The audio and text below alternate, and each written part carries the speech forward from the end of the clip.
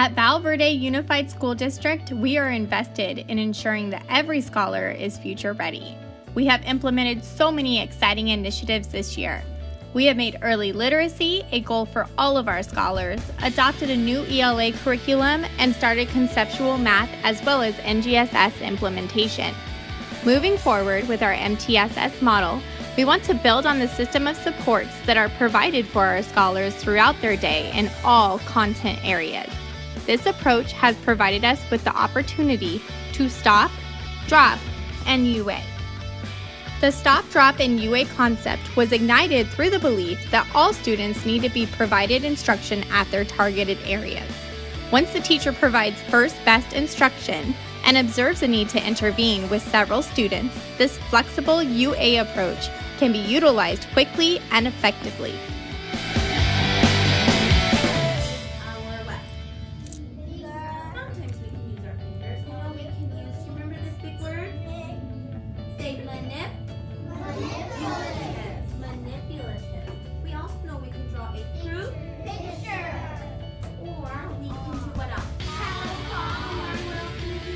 Once first best instruction is delivered, the teacher must then make final adjustments to groups. As with traditional universal access, grouping should be made. These groups are soft groups, as some students will need to be switched immediately based on teacher observation and checking for understanding throughout the lesson. Our iStation data is a great place to start when forming your soft groups for ELA, just as our Jitters data and ThinkCentral data is beneficial for math. Multiple measures should always be used for grouping, and teacher observation is a huge component. When the teacher is done with the direct instruction portion of their lesson in any content area, they may then quickly make final adjustments to the groupings.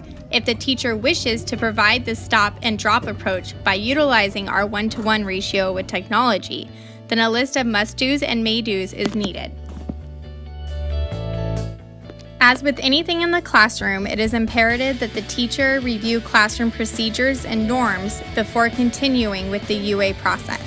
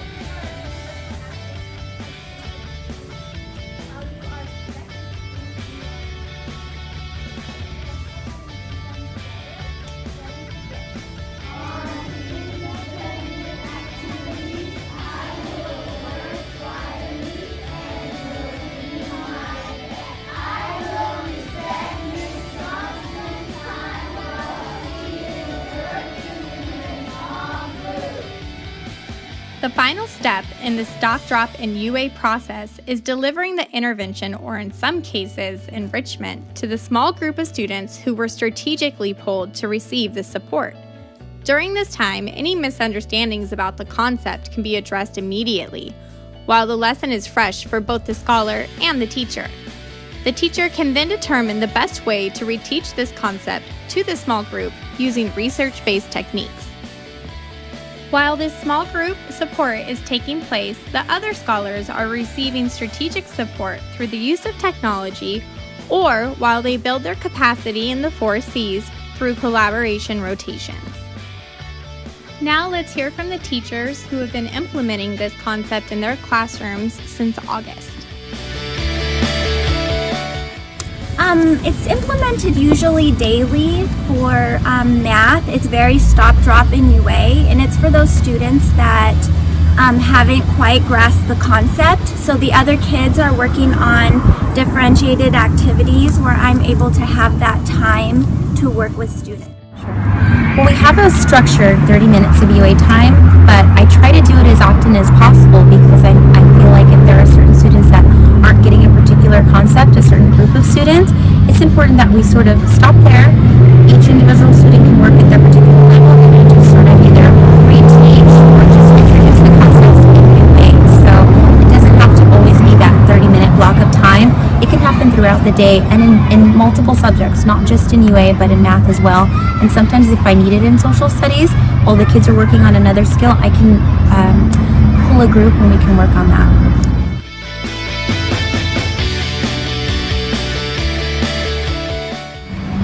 It's a pretty engaging time as well. I feel like the UA time is a time where the students can see their own learning, especially on the tech, where it sort of shows the growth from the last time they took that particular test or the last time they played that particular game to today, the learning they did today. So UA to me is students being engaged in different activities that are meeting their individual needs. All the activities are differentiated, and that's also my time to pull a small group so I can provide extra support for those students that need some extra help.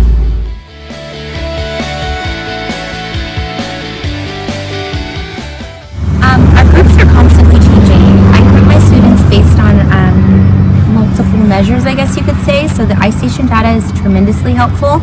They play a game, Prodigy.com, that also gives me feedback.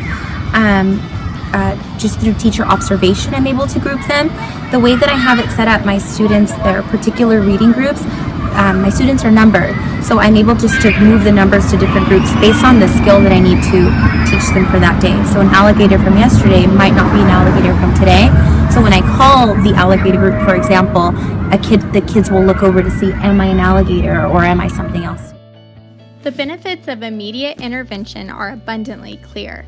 Rather than waiting for a designated UA time, we have the opportunity to stop the lesson and remediate immediately. This provides more opportunities to have every scholar grasp the lesson to his or her full ability. So next time you are seeing that some scholars are not grasping the content, feel free to stop, drop, and UA.